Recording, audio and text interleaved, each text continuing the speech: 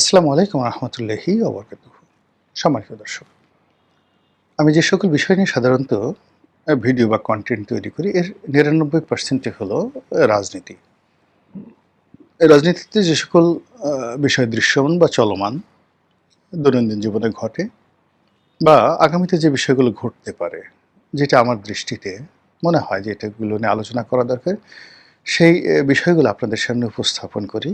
কখনো ১০ মিনিট, কখনো ১২ মিনিট, কখনো কোনো ভিডিও ১৫-১৬ মিনিটের হয়ে যায়। এখন বাস্তবের ঘটনা বর্ণনা করতে গিয়ে অনেক সময় ইতিহাসের কথা বলি, অনেক সময় গল্প বলি, অনেক সময় হালকা কথাবার্তা বলি। এগুলো মূলত আসলে যে কনটেন্টটা হয় সেই কনটেন্টটিকে আকর্ষণীয় করার জন্য। মানুষ মানে যদি আপনি কেবলমাত্র সিরিয়াস কথাবার্তা বলেন, এটি ৩০ সেকেন্ডে আসলে একটা কথা বলা সম্ভব। যেমন আজকের যে শিরোনাম, সেই শিরোনামটি আমি আসলে ৩০ সেকেন্ড থেকে ১ মিনিটের মধ্যে বলে দিতে পারি। কিন্তু মানুষের হলো কি, মানুষের অ্যাটেনশনটা ওইভাবে আসবে না। এটাকে মনে করবে জাস্ট একটা তথ্য, একটা ডাটা। জাস্ট শিরোনামটা আমি পড়ে দিলাম। এখানে আজকের যে শিরোনাম। মানুষ গল্প শুনতে চায়। তো এ কারণে এই কথাগুলো বলি। আবার সেই গল্প বলতে গেলে অনেক সময় দেখা গেল যে খুব ভারী কথা বললে মানুষ শুনতে চায় না। আমাদের দেশে হুমায়ুন আজাদ খুব ভালো লেখা লিখতেন। গবেষণালব্ধ লেখা লিখতেন। আহমেদ ছফা খুব ভালো লেখা লিখতেন। কিন্তু মানুষ হুমায়ুন আহমেদের কথা পছন্দ করতেন, তার লেখা পছন্দ করতেন, তার নাটক পছন্দ করতেন। এর কারণ হলো সেখানে প্রচুর হিউমার, একেবারে সাধারণ মনে হলো যেন আপনারই জীবনের একটা প্রতিচ্ছবি তিনি তার কলমে ফুটিয়ে তুলেছেন। তো এই কারণে কি হতো, যারা সিরিয়াস লেখক বা সিরিয়াস পাঠক তারা কখনো হুমায়ুন আহমেদকে ওইভাবে মনে করতেন না যে তিনি একজন সত্যিকার একজন লেখক, মনে করতেন চটি লেখক। তো আমাকে নিয়েও ধরেন বিভিন্ন রকম কথাবার্তা হয়। অনেকে নেতিবাচক কথা বলেন, আবার অনেকে প্রশংসাও করেন। কিন্তু আমি আবার সিরিয়াস কথাও যেমন মাঝে মধ্যে বলতে পারি, কিন্তু আমি বেশিরভাগ সময় বিষয়গুলোকে হালকা করার চেষ্টা করি। আজকের যে বিষয়টি বলবো সেই বিষয়টি নিয়ে আসলে আমি আপনারা তো অনেকেই জানেন যে আমি মূলত কন্টেন্ট ক্রিয়েশনটা শুরু করেছি রিসেন্টলি। আমার সুদীর্ঘ যে কর্মজীবন এটি শুরু সাংবাদিকতা দিয়ে 1986-এ, ১৯৮৬ সনে। টানা ৫ বছর সেখানে ছিলাম। তারপরে ব্যবসা-বাণিজ্য, চাকুরি, প্রথমে তারপরে চাকুরি, এরপরে ব্যবসা-বাণিজ্য। তারপরে রাজনীতি, এবং রাজনীতির সঙ্গে ২০০৮ সনে আবার সে সাংবাদিকতা, মানে কলামিস্ট হিসেবে, লেখক হিসেবে পত্র-পত্রিকায় লিখে আসছি এবং আজকের দিন পর্যন্ত সেই নিয়মিত লিখে। আগে খুব বেশি লিখতাম। প্রতি সপ্তাহে ২-৩টি পত্রিকায় লিখতাম। এখন মাত্র একটা পত্রিকায় লিখি। কেন সময়ের সাথে আসলে পেরে উঠি না। অনেকদিন শুধুমাত্র নয়াদিগন্তে লিখেছি, তারপরে আবার বাংলাদেশ প্রতিদিনে লিখেছি। এখন এই মুহূর্তে কালের কণ্ঠে প্রতি বুধবারে আমার লেখা ছাপা হয়। তো এই প্রতি সপ্তাহ ধরে আমি চিন্তা করি যে পাঠকদের জন্য, আর বলা খুব সহজ, আমি যেরকম সাবলীলভাবে বলে যাচ্ছি, কিন্তু এই কথাগুলো যদি আমি বলি আপনারা পড়বেন না। পাঠক তারা সবসময় সিরিয়াস গল্প শুনতে চায়, তথ্যপত্র সহ একটা কন্টেন্ট, মানে আপনি যখন লিখতে যাবেন সেটার একটা মানে বিস্তার অনেক গবেষণা করতে হয়। তো যার জন্য আমি সারাটা সপ্তাহ আপনাদের জন্য কন্টেন্ট তৈরি করি, তার সঙ্গে আবার ওই যে কালের কণ্ঠের জন্য লেখা একটা মানসিক প্রস্তুতি থাকে। তো আজকের যে শিরোনাম, সেই শিরোনাম নিয়ে যখন আমি কালের কণ্ঠে লিখলাম, যেটা আজকে আমি বুধবার দিনই এই কন্টেন্টটা তৈরি করছি, কালের কণ্ঠের লেখাটা ছাপা হয়েছে, তখন আমার কাছে মনে হলো এই বিষয়টা নিয়ে আসলে আপনাদের কাছে কিছু বলা উচিত। প্রথমত হলো যে বান্দর বা বানর নাচ। আমরা ভদ্র ভাষায় বলি বাদর, তারপরে বলি বানর। কিন্তু আমাদের দেশের মানুষ যদি কাউকে গালি দিতে চায়, তাহলে কাউকে বাদর বলে না, এই বাদর বা এই বানর এরকম বলার সাথে, আরে বান্দর, বান্দরের বাচ্চা বান্দর, বদমাইশের বাচ্চা বদমাইশ, এই সমস্ত কথা না বললে না বাঙালির যে মনের ঝাল মেটে না। আমাদের জীবনের একেবারে অঙ্গাঙ্গিভাবে বানরের যে চরিত্র, আকার, আকৃতি, চাল, চলন, এগুলো এতটা বেশি প্রভাবিত, মনে হয় যে বাংলাদেশে একমাত্র একটা জেলার নাম আছে বান্দরবন। মানে বান্দর এবং বন, এটাকে নিয়ে বাংলাদেশে একটা বৃহত্তম জেলা আছে। পৃথিবীর অন্য কোনো দেশে এরকম একটা জেলার নাম বানর দিয়ে আছে বলে আমার জানা নেই। বানরের যে আচার আচরণ এটা মানুষের সঙ্গে মিশে যায়। চার্লস ডারউইন তিনি তার যে বিখ্যাত বিবর্তনবাদ সেখানে বলেছেন যে আমরা আসলে বানর থেকে বিবর্তনের মাধ্যমে এখানে এসেছি। এটা একটা বিতর্কিত মতবাদ। যারা ইসলাম ধর্মাবলম্বী তারা তো এটাকে রীতিমতো কুফরি কালাম বলেন। তারা হযরত আদম আলাইহিস সালাম বেহেশত থেকে এসেছেন, হাওয়া আলাইহিস সালাম বেহেশত থেকে আল্লাহ পাঠিয়েছেন, পৃথিবীতে এসে তারা প্রজনন এবং প্রাকৃতিক নিয়মে বংশবিস্তার করেছেন এবং সেখান থেকে আমরা এসেছি এবং প্রাকৃতিক কারণে আজ আমরা বিভিন্ন ধর্ম বর্ণ গোষ্ঠীতে মানে আমরা পরিণত হয়েছি। তো এই যে ধর্মীয় বিশ্বাস, কিন্তু ধর্মীয় বিশ্বাস তার সঙ্গে সঙ্গে বৈজ্ঞানিক যে কথাবার্তা যাই থাকুক না কেন, প্রকৃতিতে যে সকল প্রাণী রয়েছে তার মধ্যে সবচেয়ে বানরের সঙ্গে আমাদের অন্তমিল রয়েছে, ভীষণ রকম মিল রয়েছে। আর এর মধ্যে বাঙালির মিল রয়েছে খুব বেশি। বাঙালির বানর প্রীতি কোন পর্যায়ে, জাস্ট একটা উদাহরণ দিই। আমার বাসা দীর্ঘদিন প্রায় ৩০ বছর আমি ছিলাম ঢাকা কলেজের পেছনে, ওটাকে নায়াম রোড বলে। এখন সেখান থেকে আমি চলে এসেছি বসুন্ধরাতে, নতুন বাড়িতে। তো ওখানে অনেকগুলো বানর বসবাস করে। তো ঢাকা কলেজ, তারপরে ওখানে নায়েম আছে, তারপর গভর্নমেন্ট ল্যাবরেটরি স্কুল আছে, তার পাশে জাতীয় বিশ্ববিদ্যালয় না উন্মুক্ত বিশ্ববিদ্যালয় আছে, তার সামনে আবার টিচার্স ট্রেনিং কলেজ আছে। এবং বুঝতে পারেন যেখানে যারা পড়েন, যারা ছাত্র, government laboratory school best student in the country, যারা teacher best teacher in the country. Dhaka college best student best teacher. নাইমে যারা আসেন হাজার হাজার শিক্ষক সারা বাংলাদেশ থেকে আসেন ট্রেনিং নেওয়ার জন্য, টিচার্স ট্রেনিং আসেন ট্রেনিং নেওয়ার জন্য। জাতীয় বিশ্ববিদ্যালয় উন্মুক্ত বিশ্ববিদ্যালয় না, ওটা উন্মুক্ত বিশ্ববিদ্যালয়ে যারা আসেন তারাও শিক্ষক, সরকারি বড় বড় কর্মকর্তা। তো এইরকম একটা রাস্তায় আমার বসবাস। এবং এই রাস্তায় আমার যারা প্রতিবেশী ছিলেন তারা সবাই বাংলাদেশের প্রথিতযশা নাগরিক। তো একদিন আমি বের হচ্ছি, বের হওয়ার পরে দেখি প্রায় ২০০-২৫০ লোক দাঁড়িয়ে আছে এবং অবস্থা দৃশ্যে মনে হচ্ছে তারা সবাই অধ্যাপক এবং কলেজের ছাত্র কিছু আছে, কিন্তু অধ্যাপকের সংখ্যা বেশি। তা আমি গাড়ির জানালা দিয়ে দেখার চেষ্টা করলাম যে এত ভিড় কেন, নিঃসন্দেহে এখানে এরকম কোনো গন্ডগোল হলো কিনা। মাই গড! আমি দেখলাম যে ঢাকা কলেজের যে গেট, দ্বিতীয় গেট, হোস্টেলের দিকের যে গেটটি রয়েছে এবং নাইমের গেটের সামনে, ওখানে ৩-৪টা বানর খেলাধুলা করছে। মানে গাছের উপর উঠছে, নামছে। আর সব এই বড় বড় অধ্যাপকরা প্রায় ২০০ লোক দাঁড়িয়ে দাঁড়িয়ে বানরের সে খেলা দেখছে। অতি উৎসাহী যারা লোকজন ২-৪ জন আছে তারা একটা দুটো পাউরুটি কিনে আনছে পাশের দোকান থেকে, না আবার বানরকে দিচ্ছে, বানর খেতে আসছে, এই দৃশ্য দেখছে। এই হলো বানর নিয়ে আমাদের আগ্রহ। যারা চিড়িয়াখানাতে গেছেন, ঢাকা চিড়িয়াখানাতে, তারা গিয়ে দেখবেন যে একেবারে ঢোকার সঙ্গে সঙ্গে আছে একটা বানরের খাঁচা। এবং বানরের খাঁচার সামনে ছেলে, বুড়ো, বুড়ি, যে পরিমাণ ভিড়, আপনি কোনো অবস্থায় বাঘের খাঁচার সামনে কিংবা সিংহের খাঁচার সামনে এই ভিড় দেখবেন না। দীর্ঘ সময় নিয়ে এই মানুষ বানর দেখে। কিন্তু এই যে রাজনীতিতে যে বানর, যে বানর নাচ, এটা কিভাবে হয়, কেমন হয়, এই কথাগুলো খুব সংক্ষেপে বলবো এবং আমাদের দেশে কি হচ্ছে সেগুলো বলবো। কিন্তু তার আগে বানর নিয়ে খুব নির্মম একটা ঘটনা বলে নেই। আপনারা তো ইয়াজিদের কাহিনী জানেন। ইয়াজিদ বানর পুষতেন। তার সিংহাসনের পাশে একটা সিংহাসন, ছোট সিংহাসন তিনি বানিয়েছিলেন বানরের জন্য।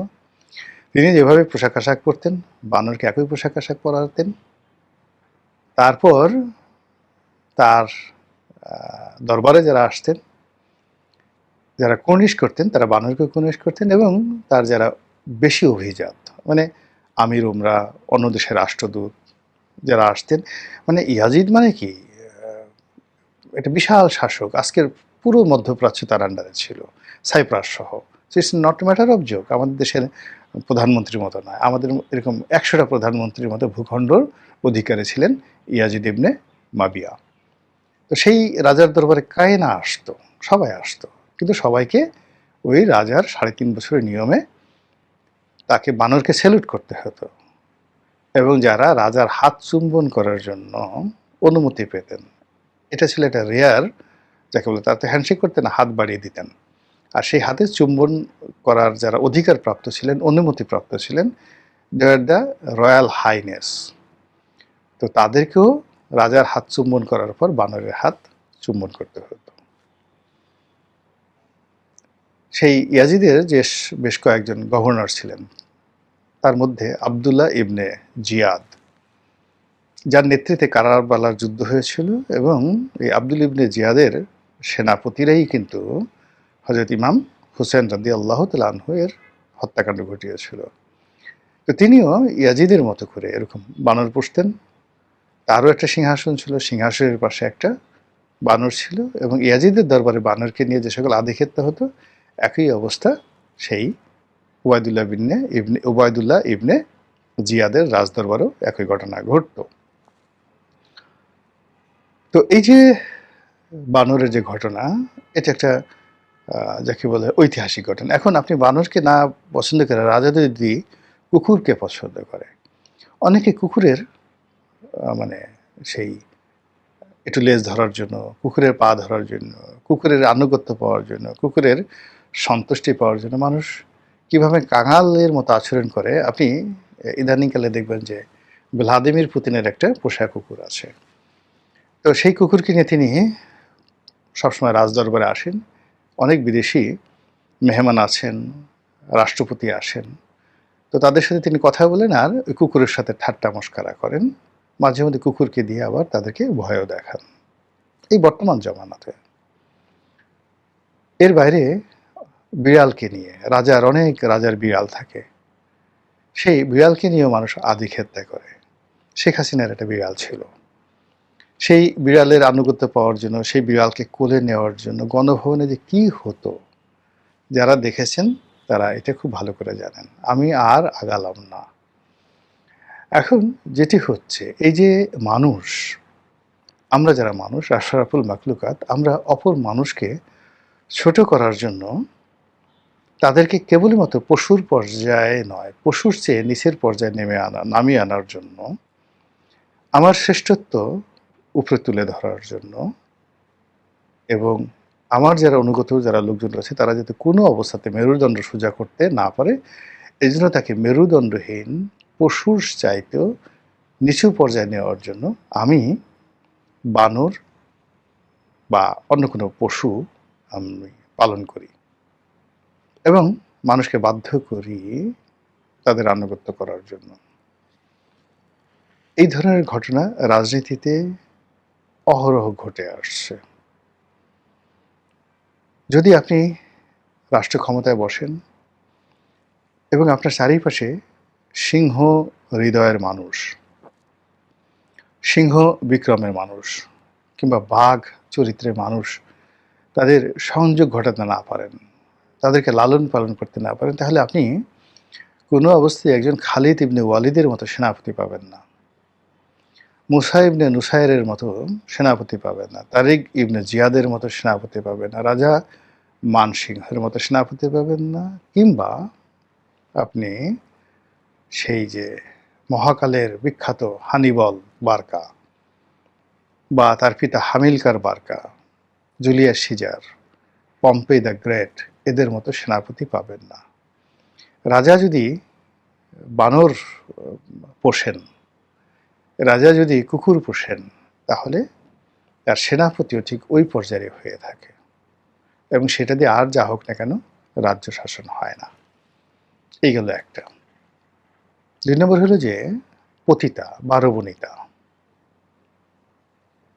তো এটা আমাদের সমাজে এখন একটা নিন্দিত শব্দ।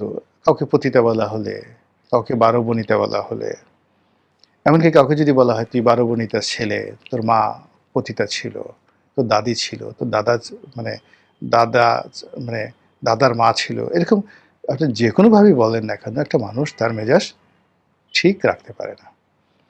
অথচ বিশ্ব রাজনীতি টিল নাও একটা বিরাট অংশ পতিতা নিয়ন্ত্রিত। আপনি দেখেন এই যে আমেরিকার রাজনীতিতে অ্যাপস্টেন ফাইল জাস্ট একটা হাই প্রোফাইলের পতিতাবৃত্তি। আপনার একটা সময় ইংল্যান্ডের একজন বিখ্যাত পতিতা ছিল, ভারতীয় পতিতা, পামেলা বোর্থ। একজন রাশিয়ান পতিতা ছিল, মাতাহারি। মানে তারা বিশ্ব রাজনীতিকে কিভাবে তোলপাড় করে ফেলত। অনেক যারা 12 বনিতা, মানে 12 বনিতার মেয়ে ছিলেন মেরিলিন মনরো। তার মা ছিলেন একদম একদম সিলেক্টেড প্রস্টিটিউট। আর সেই 12 বনিতার মেয়ে মেরিলিন মনরো তিনি অভিনেত্রী ছিলেন, তার ব্যাপারে আর কিছু বলার দরকার নেই। নটি ছিলেন, নটি বিনোদিনী ছিলেন, কিন্তু তিনি কি ছিলেন?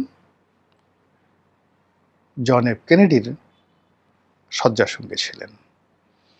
এবং সেই শয্যাসঙ্গী থাকার কারণে আমেরিকার রাজনীতি, বিশ্বের রাজনীতি, সোভিয়েত ইউনিয়নের রাজনীতি, ইউরোপের রাজনীতি তিনি নিয়ন্ত্রণ করতেন ওই সময়টিতে। এইভাবে 12 বনিতারা মুঘল আমলে ছিল। ওটাই লিখেছি যে তাদেরকে এমনভাবে প্রেস্টিজিয়াস ইনস্টিটিউশন করে তোলা হয়েছিল, দ্য হাউস অফ 12 বনিতা। তারা শিল্প জানতেন, সাহিত্য জানতেন, ছলাকলা জানতেন, ভদ্রতা জানতেন, মানুষকে বিভ্রান্ত করতে জানতেন, তারপর গুপ্তচর বৃত্তি জানতেন। ফলে রাজপরিবার, ভদ্রজনের যারা লোকজন, তারা তাদের আদব কায়দা শেখার জন্য এ সকল যে হাই প্রোফাইল যে পতিতালয় ছিল সেখানে গমন করতেন মুঘল জমানা পর্যন্ত। আর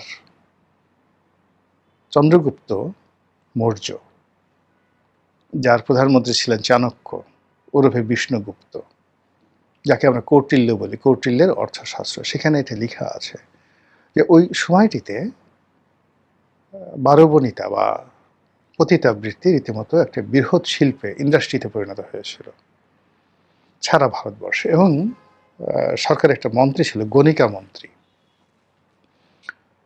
তো সেই গণিকা মন্ত্রী তারা এই পতিতালয়গুলো থেকে, পতিতাদের থেকে তারা যে ট্যাক্স কালেকশন করত, এটা one of the highest tax ছিল। কৃষি থেকে, ট্রেড অ্যান্ড কমার্স থেকে যে ট্যাক্স কালেকশন, রেভিনিউ কালেকশন হতো, তার চেয়ে বেশি কালেকশন হতো এই 12 বনিতাদের কাছ থেকে। এবং 12 বনিতাদের মধ্যে বেশ কয়েকটি শ্রেণী ছিল। একটা গ্রুপ শুধুমাত্র শরীর বিক্রি করত, 12 বনিতা। আরেকটা গ্রুপ নাচ গান করত, আরেকটা গ্রুপ অভিনয় করত, এবং আরেকটা গ্রুপ রাজনীতি করত। এবং এই যে যারা রাজনীতি করত তাদেরকে বলা হতো গণিকা। এই গণিকারা, রাজনীতি করতে গণিকারা, তাদের যে রিপ্রেজেন্টেটিভ, তাদের যে মেম্বার অফ পার্লামেন্ট, তাদের যে সিনেটর, তারা রাজদরবারে বসতেন এবং রাজদরবারে তাদের প্রবেশাধিকার ছিল অবারিত। তাদের একটা পার্মানেন্ট চেয়ার ছিল। সংসদে যেভাবে চেয়ার থাকে ওইরকম তাদের একটা পার্মানেন্ট চেয়ার ছিল, তাদের প্রতিনিধির ওই রিপ্রেজেন্টেশন ছিল। আর মন্ত্রণালয় দেখার একটা মন্ত্রী ছিল। এটা আমার কথা নয়, এটা হলো সেই চাণক্যের যে বিখ্যাত বই অর্থশাস্ত্রে, সেখানে লেখা। কাজেই রাজনীতিতে যে 12 বনিতার প্রভাব 5000 বছর আগে ছিল, মহাভারতের যুগে ছিল, মুঘল যুগে ছিল, বাদশাহ হারুন আর রশিদের যুগে ছিল, সুলতান সুলেমানের যুগে ছিল। এটা এখন কোন পর্যায়ে আছে, এটার প্রভাব কি বাংলাদেশে, কি ভারতে, কি আরব বিশ্বে, কি আমেরিকাতে, কি এটা আপনারা খোঁজ নিলেই বুঝতে পারবেন। মহান আল্লাহ আমাদের সবাইকে হেদায়েত দান করুন, হেফাজত করুন। আসসালামু আলাইকুম ওয়া রাহমাতুল্লাহি ওয়া বারাকাতুহু।